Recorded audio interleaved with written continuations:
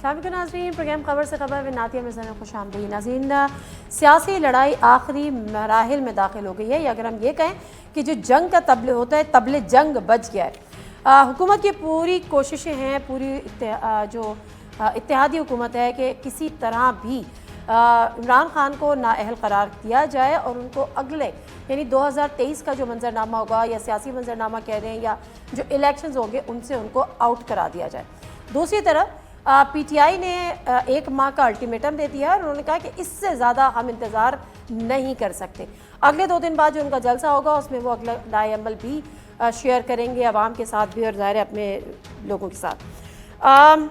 शहबाज शरीफ साहब की एक ट्वीट, उससे मैं अपने प्रोग्राम का आगाज़ करती हूँ, जिसमें उन्होंने लिखा है, शहबाज शरीफ साहब प्राइम मिनिस्टर ऑफ पाकिस्तान, हमारे शोधा की कुर्बानियों का तमस्खुर उड़ाने और उन्हें बुरा भला कहने की सोशल मीडिया मुहिम सिर्फ शर्मनाक ही नहीं खौफनाक भी है। मुतकब्बिर और मुनाफिकाना सियासी नज़रिए का यही नतीजा है कि ये कमसन जहनों में जहर घोलकर बदतहजीबी को तरवीज देता है। आखिर हमारा माशरा किस सिमत जा रहा है, हमें शिद्दत से खुद एहतसाबी की ज़रूरत है। कम अज़ कम लास्ट लाइन से तो मैं पूरा उनसे इत्तेफाक करती हूँ कि हमें खुद एहतसाबी की ज़रूरत है। अब आगे बढ़ते हैं।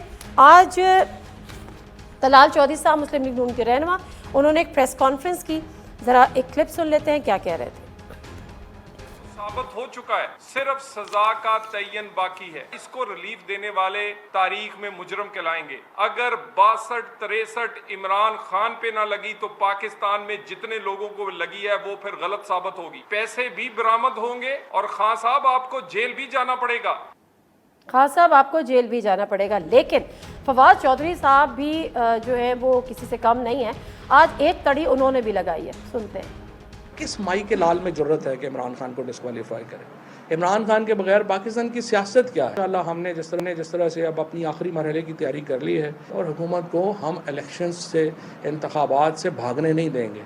आखिरी मरहले की तैयारी कर ली गई है। प्रोग्राम का बाकायदा आगाज़ करेंगे और जो हमारे सीनियर पैनलिस्ट हैं आज के, उनसे आपका तारुफ कराऊंगी। जनरल रिटायर्ड नईम खालिद लोधी साहब हमारे साथ, सीनियर पॉलिटिकल डिफेंस एनालिस्ट, और अब्बास बप्पी साहब, senator PTI, regional president PTI south Punjab, former special assistant to prime minister और ई कॉमर्स चौधरी जाफर इकबाल साहब, पीएमएलएन के सीनियर रहनुमा, former minister of state for maritime affairs. तमाम मेहमानों को खुश आमदीद। आज के जो अहम 5 सवाल है वो आपसे शेयर कर लूँ ताकि प्रोग्राम का हम बाकायदा आगाज़ करें। सवाल नंबर 1, सियासी लड़ाई आखिरी मराहिल में दाखिल, खान का हुकूमत को 1 माह का अल्टीमेटम और हुकूमत की खान को नायल करने की, आउट करने की कोशिश।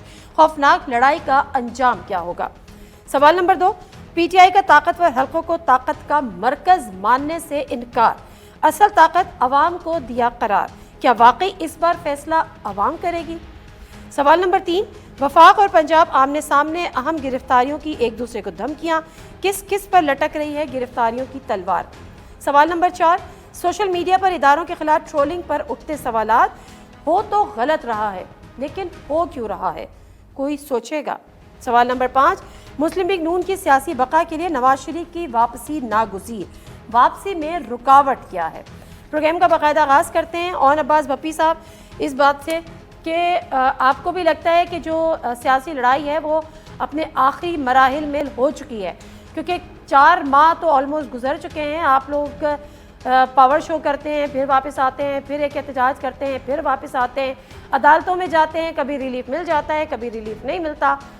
मामलात ऐसे चलेंगे तो कब तक चलेंगे?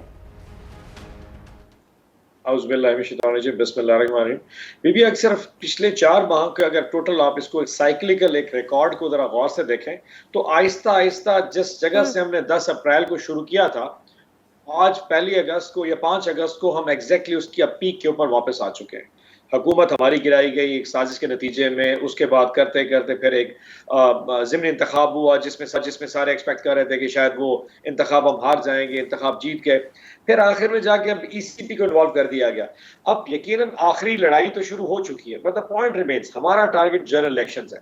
हम जनरल इलेक्शन की तरफ जाएंगे और अब जो इस वक्त गवर्नमेंट, सिटिंग गवर्नमेंट का काम है इलेक्शन को डिले करना।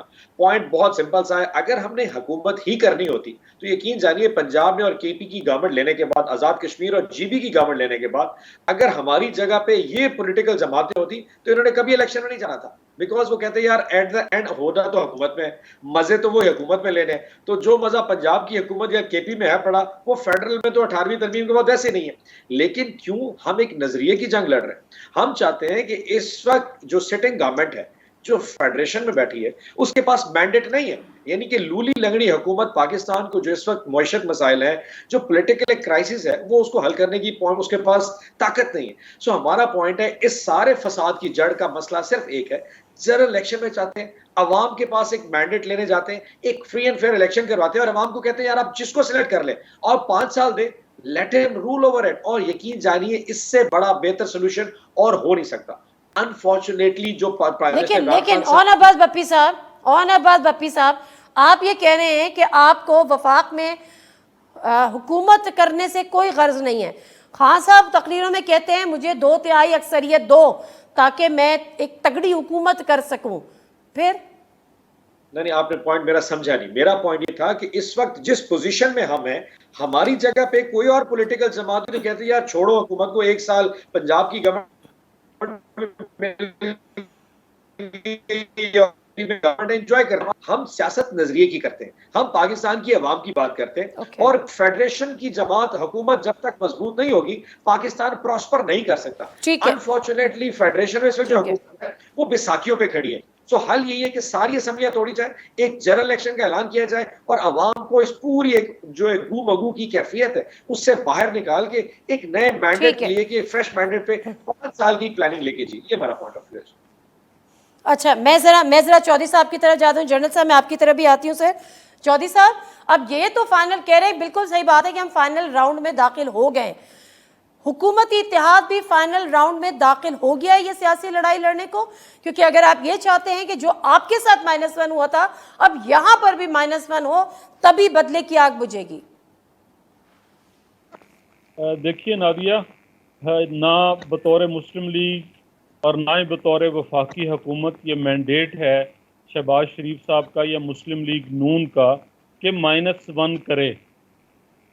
जो केस दायर हुआ इमरान खान साहब के ख़िलाफ़, वो किसने किया और कब किया इसका भी अंदाज़ा लगा लें। फिर उसके बाद उसकी इन्वेस्टिगेशन सारी ख़ुद इमरान खान साहब की हुकूमत में हुई। और वो इलेक्शन कमीशन एक इदारा है मुल्क का और आइन के तहत वो इदारा है, उसका ये काम है करना। अगर वो सज़ा देना चाहेंगे, बनती होगी सज़ा तो वो देंगे। वो ना तो शहबाज शरीफ साहब की ख्वाहिश पे सज़ा है ना आपकी ख्वाहिश पे है। हाँ, एक बात ज़रूर है कि जो 8 साल लटकाए रखा वो इस कौम के साथ जुल्म है। इस कौम को पहले पता चल जाना चाहिए था कि इमरान खान के किस किस मुलाजिम का अकाउंट इस्तेमाल हुआ। असद कैसर साहब का हुआ, जनाब सदर आरिफ अलवी साहब का हुआ। और इस कौम को पहले पता ये मुलाजिम है खान साहब के, असद कैसर साहब, आरिफ अलवी साहब, ये मुलाजिम है खान साहब के? जी, मैंने पहले मुलाजमीन का कहा है कि 4 से 6 मुलाजमीन हैं, उसके बाद मैंने इनका नाम लेना शुरू किया है। मैंने इनको कतन मुलाजिम नहीं कहा। वो इमरान खान साहब की पार्टी के कारकुनान हैं, एक साबिक स्पीकर कौमी असम्बली हैं, एक मौजूदा सदर मुमलकत हैं, मुमलकत खुदादाद पाकिस्तान के, कि उनके अकाउंट्स इस्तेमाल हुए मनी लॉन्ड्रिंग के लिए। उनके इस्तेमाल हुए अकाउंट के जो बाहर से चैरिटी का पैसा इकट्ठा करके लाते थे, उनको पाकिस्तान लाने के लिए मैं उनकी बात कर रहा हूँ। तो अगर तो पाकिस्तान का कानून और आइन। अच्छा, वैसे ये मैंने मुलाजमीन वाली बात मेरी नेल में नहीं है, लेकिन इसको जरा आप इलैबोरेट करेंगे, कौन से मुलाजमीन है? कोई 1-2 के नाम मैं करता हूँ जी। 4 मुलाजमीन को तो FIA बुला भी चुकी है। आप यहाँ तो ट्विटर फॉलो नहीं करते, यहाँ पर अखबार नहीं पढ़ते, यहाँ आप जो है वो जितनी करंट अफेयर्स हैं उनसे बिल्कुल ही मेरे ख्याल है नाआशना है। कि आप ये कह रहे हैं नहीं मुलाजमीन को बुलाया है FIA ने, एक सेकेंड, उनसे कुछ इन्वेस्टिगेशन, लेकिन उनके अकाउंट्स इस्तेमाल हुए हैं मनी लॉन्ड्रिंग के लिए। ये चले देखते हैं। मैं वजाहत करता हूँ, सुन लीजिए ना। अब इमरान खान साहब का नाम है, उनके नाम पे जब बात आएगी तो बहुत सारे लोगों के कान लाल होते हैं, होने चाहिए। ये वो मुलाजमीन हैं जिनके अकाउंट में बैरून मुल्क से पैसा आता रहा, और वो पैसा आता रहा जो बाहर चैरिटी के नाम के या PTI की जो मुहिम थी फंडिंग की, उसमें इकट्ठा किया जाता था और उस पैसे को उन अकाउंट्स में मंगवाया और खर्च किया जाता था। उन्होंने FIA में ये बयान दिया है कि हमसे ब्लैंक चेक दस्तखत करवा लिए जाते थे। हमें नहीं मालूम ये पैसा कहाँ इस्तेमाल हुआ। ये FIA की इन्वेस्टिगेशन है ठीक और है। ये अकाउंट किस ठीक है, बिल्कुल सही है, जो इन्वेस्टिगेशन होगी डेफिनेटली वो सामने आएगी। अब आप कहते हैं कि जी आखिरी मरले के अंदर दाखिल हो गए हैं और अभी नवाज साहब कह रहे हैं जी बस एक ही हल है इंतखाबात। भाई इमरान खान साहब कहते हैं मुझे साल पहले पता था साजिश हो रही है, तो फिर आखिरी दिन तक गैर आईनी इकदाम करने के बजाय असम्बलियां तोड़ के नए इंतखाबात का क्यों नहीं ऐलान कर दिया? क्यों चिपटे रहे आप उस कुर्सी से? और जो ये कह रहे हैं कि हमारी सियासत नजरिए की है, इनका नजरिया उस्मान बुज़दार से शुरू होकर पंजाब के बड़े डाकू परवेज इलाही पे खत्म हो जाता है। ये नजरिया है इनकी सियासत का। और आज इन कह रहे हैं चले मैं इस पे आती हूँ। ठीक है, ठीक है चौधरी साहब, जरा मुझे मौका दीजिएगा, जनरल साहब से भी बात करनी है। जनरल साहब, ये बात हो रही है कि जी ये जो सियासी लड़ाई थी वो सियासी जंग में तब्दील हो गई और अब आखिरी मराइल में यानी तबले जंग बच गया। कितना खौफनाक होगा इसका नतीजा और कौन किसको होगा नुकसान और किसको होगा फ़ायदा? जी बहुत शुक्रिया। पहली बात तो ये कि मेरे अपने ख्याल में गो के ये दोनों सियासी भाई बैठे हुए हैं, मुझसे बेहतर जानते हैं सियासत में कभी कोई आखिरी मरला नहीं होता। तो ये कहना कि आखिरी मरले में दाखिल हो गई है, हम ये कह सकते हैं कि एक और मरले में दाखिल हो गई है। और जैसे मुनीर नियाज़ी ने कहा, हाँ जी, मुनीर नियाज़ी ने कहा था एक और दरिया का सामना था, मुनीर मुझको, मैं एक दरिया के पार उतरा तो मैंने देखा। ये दोनों को नज़र आ जाएगा कि इस मरले के बाद और मराहिल भी आएंगे और आते चले जाएंगे। जो अलमिया है मेरी नज़र में वो ये है कि अगर हम कौमी लेवल पे सोचें तो पूरा मुल्क जो है उसकी कबा तार तार है, एवरीथिंग स्टैंड स्टिल। ये सिर्फ एक सियासी कड़वाहट और जो एक दूसरे के गिरेबान पकड़े हुए, इसके अलावा कोई बात नहीं हो रही अवाम के मतलब या इनकी ख़वानदगी के मतलब या इनको कोई फ़ायदे पहुँचाने के मतलब। अगर हो रही है तो बहुत वाजबी सी है। तमाम इदारे बेतौकीर हो गए, चाहे वो इलेक्शन कमीशन ऑफ पाकिस्तान हो, चाहे हायर जुडिशरी हो यानी कि चीफ जस्टिस समेत और आर्मी चीफ समेत और नैब, तो वैसे ही अभी आप समझें कि टुथलेस होगी। तो बात ये है कि ये जो अदारे होते हैं ये बैकबोन होते हैं किसी भी स्टेट के, उनको आपने बेतौकीर कर दिया, आपस में आपने लड़ाई पकड़ ली और लड़ाई भी ऐसी पकड़ ली कि बिल्कुल एक दूसरे की शक्ल देखने के लिए तैयार नहीं है। अब आपका क्या ख्याल है कि किस में इतनी इखलाकी एक स्टेचर है? पहले होता था कि कोई जुडिशरी से इनका सुलह सफाई करा देता था, कोई फ़ौज की तरफ से सुलह सफाई आ जाती थी तो ये मामला फिर चलने लग जाता था। तो अब तो बहुत ही फ़िक्रमंद सिचुएशन है इस लिहाज से कि तमाम इदारे कर दिए बेतौकीर, किसी की इज़्ज़त को नहीं छोड़ा। आधे इदारों की इज़्ज़त को एक साइड ने तार तार कर दिया, दूसरी साइड जब बाहर थी उन्होंने यही वतीरा पकड़ा हुआ था और बाकी दोनों इसमें है कि जी वो हमारी तरफ है, वो हमारी तरफ है। तो ये तो चलता रहेगा मेरी बहन। मेरा अपना ख्याल ये है, मैं दोनों में से मुझे नहीं पता कि कौन इंतखाबात के हक़ में है या नहीं है। और ये तो हमें पता है कि इंतखाबात का जो फ़ैसला है वो तो हुकूमत ही करती है, लेकिन एक बहुत पावरफुल प्रेशर अवाम का जो है वो बिल्ड किया जा रहा है। तो मेरे अपने नज़रिए में भी जल्द इंतखाबात, शफाफ इंतखाबात, इसको वापस इस्तेकाम को, सियासी इस्तेकाम को वापस लाएंगे तो इकनॉमिक इस्तेकाम भी आएगा, आपकी खारजा पॉलिसी चलेगी, आपकी इंटरनल पॉलिसी चलेगी। वरना हर चीज़ जामद और साकत है और तमाम कौम तकरीबन पागलपन का शिकार है कि जी ये क्या कह रहे हैं और वो क्या कह रहे हैं, और एक नफसियाती मरीज़ बना दी है हम सबको सिर्फ इन लोगों ने अपनी लड़ाई में। मैं क्या कहूँ इनको। ठीक है, ब्रेक ले लेती हूँ सर। ब्रेक से आप सारी इंपॉर्टेंट चीज़ें जो मैंने चौधरी साहब से ये पूछा था कि क्या कहीं ये फैसले हो गए हैं कि -1 यानी PTI -1 यानी PTI माइनस इमरान खान।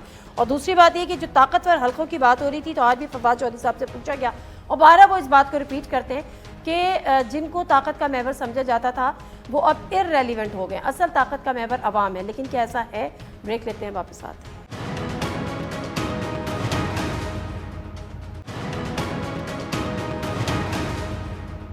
जी नाज़रीन, प्रोग्राम में एक दफ़ा फिर आपको खुशामदीद। और जो बात यहाँ पर हो रही है तो औरंगाबाद बप्पी साहब, बारहा ये कहा जा रहा है कि बावजूद इसके कि हम सब और आप भी जानते हैं बाहर अब तो खुलकर बात करते हैं, फवाद चौधरी साहब खुलकर बात करते हैं कि इस्टेब्लिशमेंट से हमारे ताल्लुकात ख़राब हो गए थे इसलिए अब हुकूमत से बाहर थे। फिर यकायक क्या हुआ कि आपको लगा कि अब आपको इस्टेब्लिशमेंट की ज़रूरत नहीं है, क्योंकि जब 2018 के इलेक्शन हर कोई ये इल्ज़ाम लगाता है, उससे पहले आप लोग ये इल्ज़ाम लगाते रहे। तो अब अगर आप ये मानते हैं कि जी ताकत का महवर अवाम हो गई है, लेकिन अवाम के पास आप जाने का आपके पास तरीक़ेकार क्या है? आप बाउंड हैं जो हुकूमत अभी है कि वो आइनी मुद्दत अपनी पूरी करती है या उससे पहले इलेक्शंस करती है। तो बेहतर नहीं है कि कोई एक टेबल पर बैठें, बात करें और उसके बाद इन मामलात को आगे तय करें, जो आप कहते हैं कि असेंबलीज तभी डिसॉल्व होंगी जब कौमी असेंबली डिसॉल्व होगी। देखिए बीबी, पाकिस्तान तहरीक इंसाफ वाहिद पॉलिटिकल जमात है पूरे पाकिस्तान में जो एक फेडरेशन को रिप्रेजेंट करती है। मतलब चारों सूबों को और उसके बाद कश्मीर और गिलगित बल्तिस्तान को ले लें, 6 की 6 जो हमारे फेडरेशन की यूनिट्स है उसमें एक वाहिद जमात है जो सबको रिप्रेजेंट करती है। हम में इतनी पॉलिटिकल कम अज कम अब विजडम जरूर है कि हम ये चाहते हैं कि तमाम फोर्सेस कहीं बैठ जाए और ये डिस्कस करेंगे, ठीक है जी पंजाब भी हम तोड़ देते हैं, केपीके भी तोड़ देते हैं, आप नेशनल असेंबली तोड़े, इलेक्शन में चले जाते हैं। पॉइंट रिमेन्स के इस वक्त जो एक जमात इस वक्त बरसर एक जमात नहीं 11 जमातें जो इस वक्त हुकूमत में है, वो यही समझ बैठी हैं कि शायद क्योंकि इस वक्त इलेक्शन में जाना उनको सूट नहीं करता तो वो पे हीले बहाने से चीजों को डिले करते जा रहे हैं। अब आप ये देखिए 130 हमने टोटल इस्तीफे जमा कराए, 11 एक्सेप्ट कर लिए, बाकी छोड़ दिए, फिर कुछ ऐसे बाद 4 और एक्सेप्ट कर लिए, अब 10 और करेंगे। अब ये वो लेम एक्सक्यूज है जहां से समझ लग रही है कि इनको अंदाजा हो गया कि अवाम में जाना इनको सूट नहीं करता। लेकिन तहरीक इंसाफ ये चीज को बहुत क्लैरिटी से समझती है कि किसी भी तौर पे जब तक फ्रेश मैंडेट नहीं आएगा पाकिस्तान के मसाइल का हल हो नहीं सकता। एस्टैब्लिशमेंट की बात, हमारा पॉइंट बहुत क्लियर है कि जब ये साजिश हो रही थी तो उस वक्त जो एक प्रो एक्टिव रोल होना चाहिए था वो शायद एस्टैब्लिशमेंट ने नहीं किया। अब इस वक्त जो इलेक्शन कमीशन ऑफ पाकिस्तान ने जो ऑर्डर जारी किया और आखिर में ऑर्डर को जो अमेंड किया गया, एडिट किया गया, हमारा तो सवाल तो बनता है आखिर ये कौन से फोर्सेस है जो इसको अमेंड करके एडिट कर रही है? ये जो फॉरेन फंडेड का या फॉरेन एडेड का लफ्ज एंड पे डाला गया, ये किसने डाला था? सो पॉइंट रिमेन्स के पाकिस्तान की सियासत में एस्टैब्लिशमेंट का रोल है और 70 साल से रहा है। लेकिन टू द पॉइंट कि इस वक्त तमाम फोर्सेस को इकट्ठा करके इलेक्शन मोड में ले जाना, उसमें कहीं ना कहीं उनका रोल आइडेंटिफाई जरूर हो सकता है, but at the end of the day वो पाकिस्तानी अवाम है जिन्होंने फैसला करना है कि पाकिस्तान की तकदीर कौन लिखेगा। पाकिस्तान को अगले 5 साल ये तो बड़ा सियासी सा जुमला है और नवाज भप्पी साहब कि पाकिस्तान के अवाम ने फैसला करना है। पाकिस्तान की 75-76 तारीख में हमने तो नहीं देखा कि पाकिस्तान के अवाम ने फैसला किया हो, आपने भी नहीं देखा होगा कि पाकिस्तान के अवाम ने फैसला किया हो। आपकी इस बातों से एक बात तो ये आपने कहा कि जो एस्टैब्लिशमेंट का रोल होना चाहिए था अगर साजिश में, तो सबसे पहली बात तो ये कि ये एक्सेप्टेंस तो हो कि साजिश हुई है, वो तो मानने को तैयार नहीं है कि ऐसी कोई साजिश हुई है। अच्छा, उनके मानने या न मानने से पाकिस्तान की आवाम कम अज कम ये जरूर समझिए, जो कौमें आजाद होती हैं, जो कौमें आजाद होती हैं अपने फैसले अपनी बेहतरी के लिए करती हैं, वो सरेंडर नहीं किया करती, वो कॉम्प्रोमाइज नहीं करती, because they have to stand by जो उनके लिए बेहतर है वो करें। लेकिन जब आप कॉम्प्रोमाइज करते हैं, अच्छा क्या मैं जरा चौधरी साहब देखिए एक सेकेंड, भप्पी साहब एक सेकेंड, चौधरी साहब ये बहुत बड़ी बात है जो वो कर रहे हैं। हमारे इदारों ने इस चीज़ को डिनाई किया है कि कोई पाकिस्तान की एयर स्पेस इस्तेमाल नहीं हुई, लेकिन अगर वो ये कह रहे हैं तो ज़रा इसका अगर आप जवाब देना चाहें जवाब जरूर दीजिएगा। उसके अलावा जो इस सूरत हाल है वफाक और पंजाब आमने सामने, जी चौधरी साहब। दूसरी बात से वापस आऊँगा, साजिश अमेरिका की साजिश। जनाब वजीर आज़म इमरान खान थे जब काबुल के अंदर तालिबान को ला के बिठाया गया।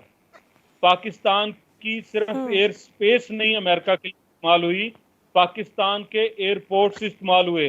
वाहिद फ्लाइट जिसने फ्लाई किया टू काबुल वो PIA थी, लेके आई अमेरिकन को लेके आई बगैर वीजे के। शेख रशीद साहब तब जवाब देने से कासिर थे। जनरल साहब क्या आप इसको मैच कर सकते हैं कि वहां से नेटो फोर्सेस अमेरिकन फोर्सेस का एग्जिट हुआ और अफगानिस्तान में ड्रोन हुआ?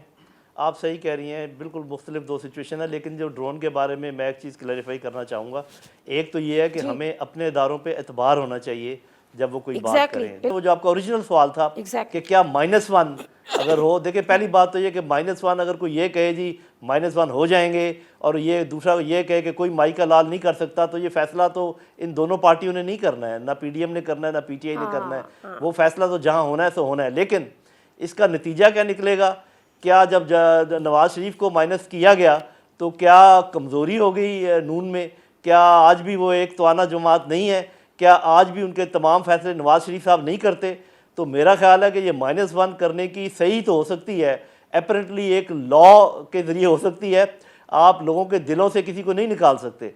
तो इमरान खान को आप चाहे जेल में बिठा दें, मैं वैसे दोनों की तरफ से बात कर रहा हूँ कि ऐसे -1 नहीं होते लोग। नवाज शरीफ -1 नहीं हो सके, ये भी -1 नहीं हो पाएंगे, और वो हमें इंतज़ार करना पड़ेगा। अलबत्ता ये है कि कड़वाहट बढ़ेगी और मसाइब खड़े होंगे जब तक, जैसे आपने कहा, ये अब मिलकर बैठते नहीं हैं। और ये मैं आपको बता दूं, ये मिलकर बैठने के बिल्कुल अहल नहीं है जब तक कि अंदर, जिसको आप सॉफ्ट इंटरवेंशन कहते हैं या हार्ड इंटरवेंशन कहते हैं, चाहे चीफ जस्टिस ऑफ पाकिस्तान हो, प्रेसिडेंट ऑफ पाकिस्तान हो, आर्मी चीफ हो, और मैं नहीं समझता कि वो पॉलिटिकल इंटरफेरेंस है। वो मुल्क के इंटरेस्ट में एक काम है, इनको नज़दीक लेकर आना, इनसे आपस में, ताकि ये बातचीत करें, क्योंकि अल्टीमेटली मुल्क को पॉलिटिशियन नहीं चलाना है। तो ये कोई ना कोई काम किसी को करना पड़ेगा, ये पीछे हट के तमाशा नहीं देखा जा सकता जी। बिल्कुल ठीक है सर, एक और ब्रेक लूँगी। आपने खुद बात की कि हमें अपने इदारों पर एतबार चाहिए और हमें अपने इदारों का एहतराम भी होना चाहिए। लेकिन जिस तरह से पिछले 3-4 दिन से हमने देखा है कि एक जो ट्रोलिंग की बात को लेकर और जो ट्रोलिंग हुई इदारों के ख़िलाफ़, अच्छा, इदारों में जब हम बात करते हैं तो वो इदारों से मुराद सिर्फ हमारी इस्टेब्लिशमेंट नहीं होती या मिलिट्री इस्टेब्लिशमेंट नहीं होती, वो हमारी अदालतें भी होती हैं। तो ये जो इदारों के ख़िलाफ़ ट्रोलिंग का एक ट्रेंड है, या इदारों की जो का एहतराम ख़त्म करके उनकी तज़हीक और तज़लील के ज़ुमरे में आ जाता है, तो ये इंतहाई ख़तरनाक है। अगर हमारे इदारे नहीं होंगे तो फिर हम कहाँ खड़े होंगे। मुख्तसर सा ब्रेक ले लेती हूँ। गिरफ्तारियों के हवाले से भी अब बातें सामने आ चुकी हैं। वफाक कहता है पंजाब से होंगी, पंजाब कहता है वफाक से होंगी। वापस आते हैं, इस पर भी बात करते हैं।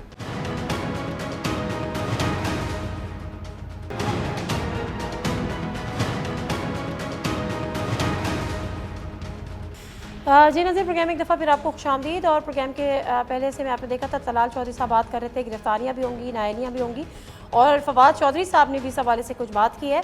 पंजाब में गिरफ्तारियों की उन्होंने इस हवाले से बात किया। ज़रा छोटा सा क्लिप है, देख लेते हैं। हमने फैसला किया है कि एक इकट्ठी जॉइंट इन्वेस्टिगेशन टीम जो है वो क्रिएट की जाए।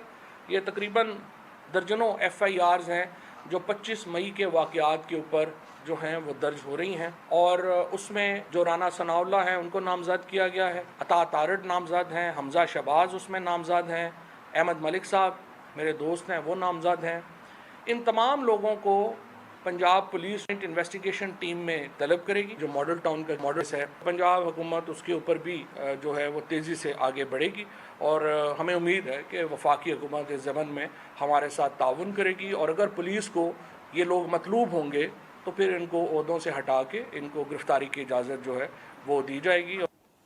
अच्छा, राना सनाउल्लाह साहब ने कहा कि अगर हम जो FIA की तो तमाम इन्वेस्टिगेशन है, अगर ये लोग ताउन नहीं करेंगे PTI के लोग, तो गिरफ्तार होंगे। PTI क्यों पीछे रहती? फवाद चौधरी साहब ने पुराना केस वो लेकर आए, ऑल्दो के केस की इन्वेस्टिगेशन होनी चाहिए थी, लेकिन वो कहते हैं कि वो अब ताउन नहीं करेंगे तो वो गिरफ्तार होंगे। अब ये गिरफ्तारियों तक बात आ गई है।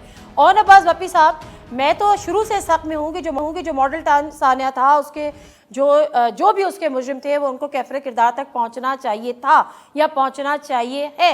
लेकिन 3.5 साल आपने पंजाब में हुकूमत की है, याद नहीं आया उस वक्त? अच्छा बीबी, ये बताइए, ये जो उस वक्त जो हमारे पास मामला थे, हमारी जो मेन फोकस था वो गवर्नेंस था। हमने इन इश्यूज पे उस वक्त ध्यान दिया नहीं। लेकिन अब ये देखिए कि जब 25 अब आपका मेन फोकस गवर्नेंस नहीं है। पॉइंट बीबी, अब आपका मेन फोकस गवर्नेंस नहीं है। बीबी आप टॉक शो खुद ही कर लें, हम तो वैसे ही गपशप ही कर लेते हैं। जस्ट लेट मी फिनिश मेरा गपशप की बात नहीं है ना। अगर आप ये बात कहेंगे कि उस वक्त हमारा मेन फोकस गवर्नेंस था, तो भाई साने मॉडल टाउन आपका फोकस नहीं था। और अब अगर आप कह रहे हैं कि अब हमारा फोकस वो है, तो क्या मेन फोकस आपका गवर्नेंस नहीं है? बीबी जरा पॉइंट, अगर बात थोड़ी मुकम्मल करने ना, आप थोड़ा सा सब्र के साथ अगर मेरी बात कर लें। जब पाकिस्तान तहरीक इंसाफ एक पुरअमन एहतजाज के लिए इस्लामाबाद आई थी, तो आपने देखा कि उस वक्त की गवर्नमेंट ने क्या किया। लोगों की चादर चार दीवारी को क्रॉस किया गया, वहशियाना तशद्दुद, यकीन करें इस तरह का तशद्दुद तो शायद कश्मीर में नहीं किया जाता था। सो ऑटोमेटिकली आप ये बताइए, जिन लोगों ने, जिन पुलिस अफसरान ने उन तमाम यानी कि उस वक्त की जो सेटिंग पंजाब गवर्नमेंट थी उसके ताबे होके जो को तशद्दुद किया गया, उसको छोड़ा जा सकता है? क्या उसको इन्वेस्टिगेट नहीं करना चाहिए? लोगों के सर फाड़े गए, बच्चियां जो छोटी छोटी बच्चे, उन पर जो किस तरह की शेलिंग की गई, उसको माफ कर देना चाहिए। आप क्या बनाना रिपब्लिक समझते हैं? पाकिस्तान में एक जमहूरियत है, जमहूरियत में प्रोटेस्ट एहतजाज किया जाता है। उस एहतजाज को जिस तरीके से मसला गया उसको छोड़ देना चाहिए। आप ये समझते हैं कि FI आपके पास है 27 किलोमीटर में, आप इन्वेस्टिगेशन करेंगे? जो जुल्म बर्बरियत आपने बरबरा की है उस पर इन्वेस्टिगेशन होगी, आपको माफ नहीं किया जाएगा। ना सिर्फ आपको माफ नहीं किया जाएगा, बल्कि आपके जो बहुत वफादार किस्म के ऑफिसर पोस्ट किए गए थे उन तमाम का एहतसाब किया जाएगा। परेशानी किस चीज की है? आप 27 किलोमीटर में खेले, हमारे पास 700 किलोमीटर है। फिर एहतसाब सबका होगा बराबरी की बुनियाद पर। अब वो गुडी गुडी का कॉन्सेप्ट कम से कम तहरीक इंसाफ नहीं चला सकती। हैविंग सेड दैट, जो मॉडल टाउन का था वो इन्वेस्टिगेशन अब दोबारा प्रॉपर की जाएगी और उसके जो है ना वो फाइनल मरहले में लेके आएंगे। जिन लोगों ने किया था अब उनके खिलाफ कार्रवाई वैसे ही कानून रास्ता बनाएगा जिस तरीके से आप लोगों ने कानून को इस्तेमाल किया था। अब आप देखते जाइए, वो तहरीक इंसाफ नहीं है जो 25 मई से पहले या 10 अप्रैल से पहले हुआ करती थी। आपने पहली दफा एक और नवाज भप्पी साहब शरीफ बिल्कुल सही कह रहे हैं आप, वो तहरीक इंसाफ नहीं है, क्योंकि आज ऑन अब्बास बप्पी भी वो नहीं है। आज तो बड़े फुल एग्रेसिव हैं ऑन अब्बास बप्पी साहब भी। तो जरा चौधरी साहब, अब मसला ये है कि वो कह रहे हैं हमारी पूरी तैयारी है, आप भी तैयार है जिस तैयारी की बात ये कर रहे हैं? जी नादिया, बहुत शुक्रिया। ऑन अब्बास बप्पी साहब शायद ये भूल रहे हैं कि हुकूमत की जिम्मेदारी है अमन व अमान कायम रखना। जब तक पीटीआई एहतजाज करती रही, जलसे करती रही हर जगह, 2013 से 18 तक भी, और अभी ये पिछले जो 4 माह हैं, जहाँ जहाँ इन्होंने वेन्यू मांगा, गवर्नमेंट पंजाब जब हम थे वज़ीर आला तब भी, और फेडरल गवर्नमेंट ने भी वेन्यूज भी दिए, प्रोटेक्ट भी किया और सारी इनके साथ पूरा ताउन किया। लेकिन जब इनका प्लान इस्लामाबाद को जलाने का था, जिसमें किसी हद तक ये कामयाब भी हुए, आग लगाई दरख्तों को, जंगल को, तो उसके लिए हुकूमत को ये काम करना था। इनको उस एहतजाज के आड़ में जो इंतशार था वो रोकना था। ये रियासत की जिम्मेदारी है। इससे पहले जब सूबे में हुकूमत ऑन अब्बास साहब की थी, मरकज में ऑन अब्बास साहब की थी, तो चौक यतीम खाना पे एतवार वाले दिन पहले कहा गया एक डीएसपी साहब अगवा हुए हैं और फिर कई लाशें वहां गिरी। उसके बाद उस तहरीक ने एक एहतजाज की कॉल दी जो फ्रांस के सफीर की वापसी के लिए उनका एहतजाज था। और फिर मुरीद के से लेके कामों की और गुजरांवाला तक क्या हुआ, खंदकें खोदी गई। आज भी जब मैं इसराइल आलमगीर से जेलम की तरफ जाता हूँ तो वहाँ वो गड्ढे आज भी मौजूद हैं। दरिया जेलम और चिनाब का पुल तोड़ के कंटेनर खड़े किए गए थे। वो क्या था? वो किसको रोकने के लिए किया था? वो भी एहतजाज करने आ रहे थे। ये फैसला रियासत ने, हुकूमत ने और करना होता है कि कौन एहतजाज की लिमिट में है, कौन बाहर निकल रहा है। पीटीआई जब तक एहतजाज की लिमिट में थी, मोस्ट वेलकम। जब इंतशार फैलाने लगे तो फिर अपना कानून ने रास्ता इख्तियार करना था। फिर एफआईआर भी होगी, जेल भी होगी, आपको जमानतें भी कराना पड़ेंगी। सर ये तो आप इस्लामाबाद की बात कर रहे हैं, लेकिन मैं तो जरा पंजाब की बात भी कर रही थी। जस्टिस नासरा जावेद के घर पे जो है वो पुलिस रात में कूदी, प्लस ये कि डॉक्टर यास्मीन राशिद साहिबा की गाड़ी को जिस तरह से तोड़ा गया, तो वहाँ पे तो पुलिस गर्दी की मिसालें तमाम पिछले उन्होंने सारे रिकॉर्ड अपने खुद ही तोड़े। एक साल पहले गुजरांवाला में जलसा आम था और उससे हमारी क़यादत पीडीएम ने खिताब करना था। मेरे घर पे दावा बोला गया, मेरे घर को लॉक किया गया, मुझे पाबंद किया गया, हमारी गाड़ियां हमारा था उठा के टेट फॉर टेट और हमारा ठीक है। मैं जरा ठीक है जब चले पूरा अब देख लेते हैं ना कि ठीक है। मैं जरा आगे बढ़ती हूँ सर। जनरल साहब मैं ठीक है जी चौधरी साहब सर, ये पूरअमन रहेंगे। जो वेन्यू दिया जाएगा वहां पे एहतजाज करेंगे, कोई नहीं रोकेगा। अभी हमने मना किया था रेड जोन से, ये मना है और हमने भी कोई कार्रवाई नहीं की। अगर आइंदा भी अच्छे ठीक है मैं आगे बढ़ती हूँ। जनरल साहब एक बहुत हसास मामला है, जनरल साहब एक बहुत हसास मामला है। जब हम बात करते हैं ना इदारों की, तो इदारों में सब आते हैं, फिर वो तमाम पार्टीज भी आ जाती हैं।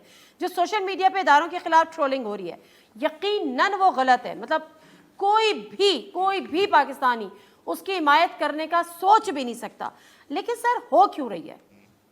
जी देखिए, बहुत अफसोसनाक बात है। और जिस पार्टी के साथ वो अपने आप को अफिलिएट करते हैं, उस पार्टी के हेड की और पार्टी की जिम्मेदारी है कि अपने आप को एक तो उनसे मुबर्रा करे, उनसे कहे, सबको बताए कि हमारा इनसे कोई ताल्लुक़ नहीं है, और अगर उनका ताल्लुक़ उनसे है तो उनकी सरजनिश करें और माफ़ी मांगें उन अदारों से जिनके खिलाफ यर्दासराई की गई और जिस मौके पे की गई है, जिस सेंसिटिव मौके पे की गई है। मेरा ख्याल है कि कोई भी उसकी हमायत नहीं करेगा, पीटीआई ने भी उसकी हमायत नहीं की ओवरऑल, और बाकी जमातें भी नहीं करेंगी। लेकिन उन ट्रोल्स ने अपने आप को एक ख़ास पार्टी के साथ एफिलिएट दिखाया है, तो उसका सिक्का बंद इंतज़ाम होना चाहिए। टॉप लेवल से अपने आप को उससे अलहदगी का ऐलान करना चाहिए और ये डिमांड करनी चाहिए कि जी इनके साथ जो भी कानूनी कार्रवाई आप करेंगे कि कुछ ने माफ़ी मांग ली है, कुछ और भी है। मुझे तो कुछ और परेशानी भी है, उसका मैं जिक्र कर देता हूँ। वो ये है कि ये जो ऑफिसर साहिबान हैं ब्यूरोक्रेसी के और पुलिस के, इन बेचारों को दरमियान में क्यों रगेदा जा रहा है। एक आता है वो इनको अपनी मर्ज़ी से इस्तेमाल करता है, दूसरा आता है वो उनको अपनी मर्ज़ी से इस्तेमाल करता है। वो तो स्टेट के मुलाजिम हैं और स्टेट साफ ज़ाहिर है स्टेट को चलाती है, पॉलिटिकल हेड जो भी होता है। बराए मेहरबानी इनको माफ़ करें, आप अपने मसाइल ख़ुद हल करें। ये जिस किस्म की रस्साकशी हो रही है दोनों पोल्स में, पॉलिटिकल पोल्स में, मुझे खुदा न खास्ता मेरे मुंह में खाक, ऐसा ना हो कि ये रस्सा ही टूट जाए जिसको ये दोनों तरफ से खींच रहे हैं, और ऐसा ना हो कि इन दोनों के हाथ में कुछ ना बचे। खुदारा समझ जाएं, इस किस्म का मुल्क मुस्तकबिल नहीं हो सकता। इतनी कड़वाहट का, इतनी टेंशन का, लगातार टेंशन का, सारे इदारों में आपने पॉलिटिक्स को घुसेड़ दिया, सबको खींच लिया पॉलिटिक्स में। ये क्या गंद मचा दिया है। इस तरीके से मुल्क चलते हैं। ना किसी को खारजा पॉलिसी की फ़िक्र है, ना किसी को इकोनॉमिक पॉलिसी की फ़िक्र है, ना किसी को अवाम की फ़िक्र है। अभी जो हमने बातचीत की है 1 घंटे तक, एक दफ़ा भी हमने बात नहीं की कि हम लोगों को एजुकेशन कैसे देंगे, पीने का पानी कैसे देंगे, उनके हम मसाइल कैसे हल करेंगे। बस तुम बुरे हो, तुम बुरे हो, एवन फील्ड है, तुम्हारा तोशा खाना है, तुम्हें हम बंद कर देंगे, तुम्हारी हम ऐसी तैसी कर देंगे। अरे भाई, ये तरीका होता है पनपने का कौमों का। और ये अवाम, हम पागल हैं, ये उनके आंखें नहीं हैं, उनके कान नहीं। अगर आप ये कहें कि वो उसका ये मतलब था, उसका ये मतलब था, मतलब अच्छी तरह समझते हैं देखने वाले अवाम। और इसीलिए मैं कह रहा हूँ प्लीज़ अवाम पर छोड़ दें, वापस जाएं दोबारा इंतखाबात के लिए, और जिसको मैंडेट मिलता है, PDM को मिलता है, वो हुकूमत करें। एक स्टेबिलिटी आए, बाहर वालों को भी पता चले कि ये 5 साल के लिए है, अंदर वालों को भी पता चले। थोड़ी बहुत रस्साकशी चलती रहेगी लेकिन एक स्टेबिलिटी आ जाएगी। इसका और कोई हल नहीं है। स्टेबिलिटी आने का सिर्फ एक ही हल है कि फ्रेश मैंडेट, फिर उसके बाद दोनों पार्टीज पर ये भी हो कि दोनों पार्टीज के लिए जो भी फ्रेश मैंडेट हो, जो भी इलेक्शन हो, उसके रिजल्ट्स वो उसको मनोहन तस्लीम भी करें। ये सर्कस दोबारा ना चले। ब्रेक लेती हूँ, ब्रेक से वापस आती हूँ। PTI पर ये इल्ज़ामात लगते हैं जो सोशल मीडिया पे जो ट्रोलिंग हो रही है। अभी जनरल साहब ने भी कहा कि अगर वो कोई भी है XYZ, वो अगर अपनी एफिलिएशन शो भी कर रहा है तो पार्टी सतह पर, पार्टी के हाई लेवल पर उसकी सरजनिश होनी चाहिए। PTI ऐसा कह रही है। ब्रेक लेते हैं, वापस आते हैं।